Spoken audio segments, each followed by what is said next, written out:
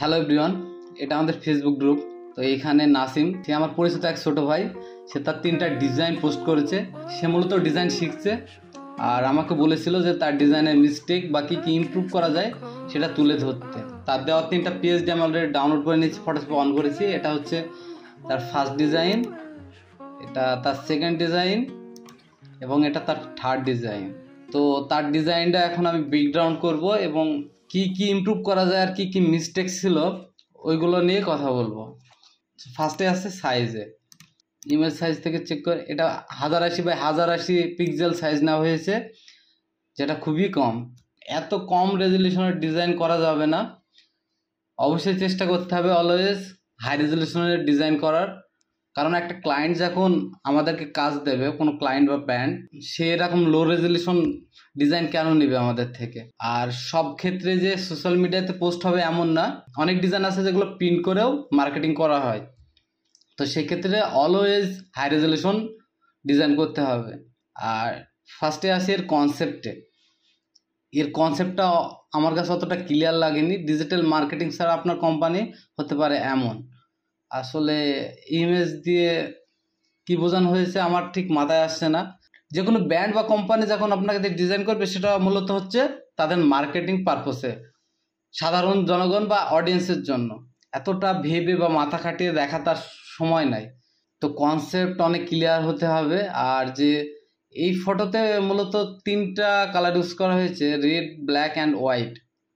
আর যেভাবে যে হেড মানে যেটা মেইন টেক্সট এটা ব্যবহার করা হয়েছে, টাইপোগ্রাফিটা অতটা ক্লিন না, দূর থেকে বোঝা অনেক ঝামেলা, অনেকটা হজবরল হয়ে গেছে। তো টাইপোগ্রাফি আরও ক্লিন রাখার চেষ্টা করতে হবে। আরও অনেকভাবে এই লেখাটা সুন্দরভাবে ফুটে তোলা যেত। আর এইখানে যে লেখা, এইখানে যে টেক্সটটা ব্যবহার করা হয়েছে, অলওয়েজ ফার্স্ট লেটার ক্যাপিটাল রাখতে হবে। আর এই ডিজাইনটা অতটা, এই লেখাটা, এই যে সেকশনটা অতটা মানাচ্ছে না। এইখানে রেড সলিড ব্যাকগ্রাউন্ডের উপর যে টেক্সটটা দেওয়া হয়েছে এটা অনেক থিন ফন্ট।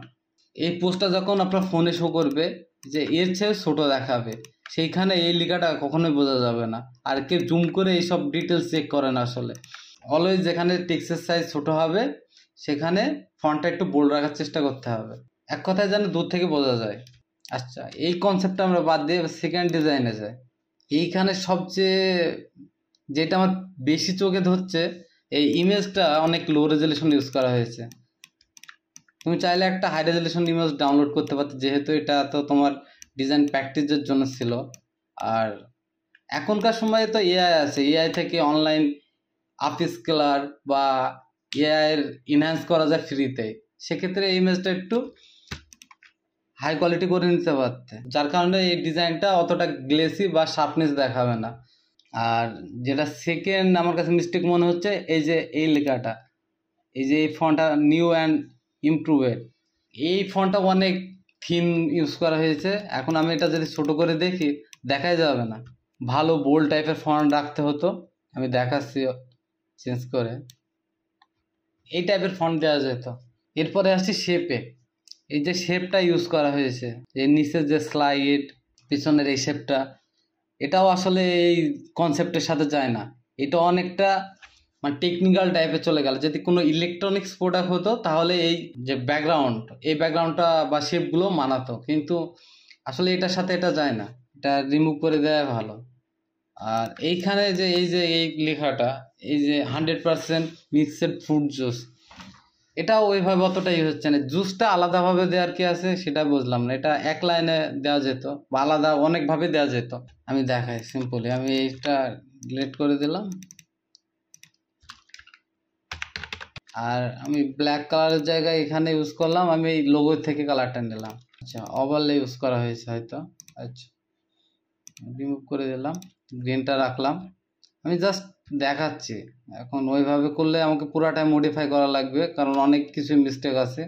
তুমি হয়তো ডেমো এডিট করছো, ডেমো ডিজাইন, তারপরেও অলওয়েজ মাথায় রাখতে হবে কোনো ডিটেলস যখন দেওয়া ঠিকভাবে দেওয়া উচিত। এই যে আইকনগুলো, আইকনের থেকে এত দূরে না দিয়ে আরও কাছে। আর আইকন এত বড়, ফন্ট সাইজ এত ছোট, এখানে যে কোনো একটা ডেমো ইমেল দেওয়া যেত, ফন্ট আরও বড় হতো। আর যেহেতু এখানে আইকন ব্যবহার করা হয়েছে ব্ল্যাক, এখানে ব্ল্যাকই ফন্ট কালার ইউজ করা যেত। আর শ্যাডোটা অনেক ছোট হয়েছে, শ্যাডোটা আর একটু বড় হবে।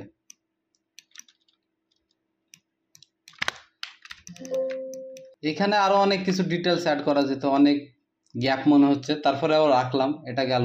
এবার আসি আমরা থার্ড ডিজাইনে। এটা হচ্ছে স্টিং, একটা এনার্জি ড্রিঙ্কসের প্রোডাক্টের ডিজাইন। এখানে কোনো টেক্সই নাই, এটা যে কিসের জন্য ক্যাম্পেন, একটা ব্র্যান্ড বা একটা কোম্পানি যখন ডিজাইন করায় সোশ্যাল মিডিয়াতে পোস্ট করার জন্য, তার একটা উদ্দেশ্য থাকে। এখানে কোনো টেক্সট বা কোনো কিছু অ্যাড করা হয়নি। আর এইখানেও ফার্স্টের ডিজাইনের মতোই তিনটা কালার ইউজ করা হয়েছে, রেড, ব্ল্যাক অ্যান্ড হোয়াইট। আর এই ডিজাইনটাও অতটা মানে ক্লিন না, ডিজাইন অনেক বেশি হজবরল হয়ে গেছে। মাথায় রাখতে হবে ক্লিন রাখার, যেহেতু একটা ডিজাইনের হিরো হচ্ছে তার প্রোডাক্ট। সেই প্রোডাক্টটি যদি ভালোভাবে না বোঝা যায়, তাহলে সেই ডিজাইনের আর ভ্যালুই কি থাকলো। এইটা আমি আর ওইভাবে ডিটেলসে ব্রেকডাউন না করে, এটা আমি অবশ্য ডিজাইন করে দেখাবো। আমি ডিজাইনটা রিক্রিয়েট করব। আমি 6x7 ইঞ্চি নিয়ে নিলাম। অলওয়েজ কোনো ব্র্যান্ড বা কোম্পানির হয়ে যদি কোনো ডিজাইন করি, যারা প্রফেশনাল ডিজাইনার আছে তারা অনেক তাদের ব্র্যান্ড বা প্রোডাক্ট নিয়ে অনেক রিসার্চ করে। সেই কোম্পানির ওয়েবসাইটে হোক বা তাদের সোশ্যাল মিডিয়া হ্যান্ডেল থেকে হোক, সেই কোম্পানি বা প্রোডাক্টের যতটা ইনফরমেশন নেওয়া যায় নিতে হবে।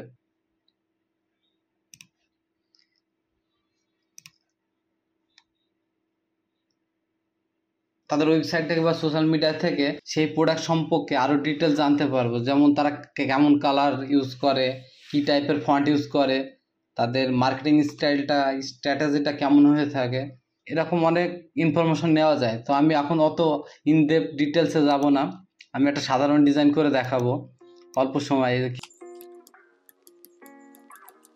ডিজাইন করার আগে অবশ্যই একটা কনসেপ্ট মাথায় রাখতে হয়। তো আমি এখন একটা সিম্পল টাইপের করতে যাচ্ছি, অত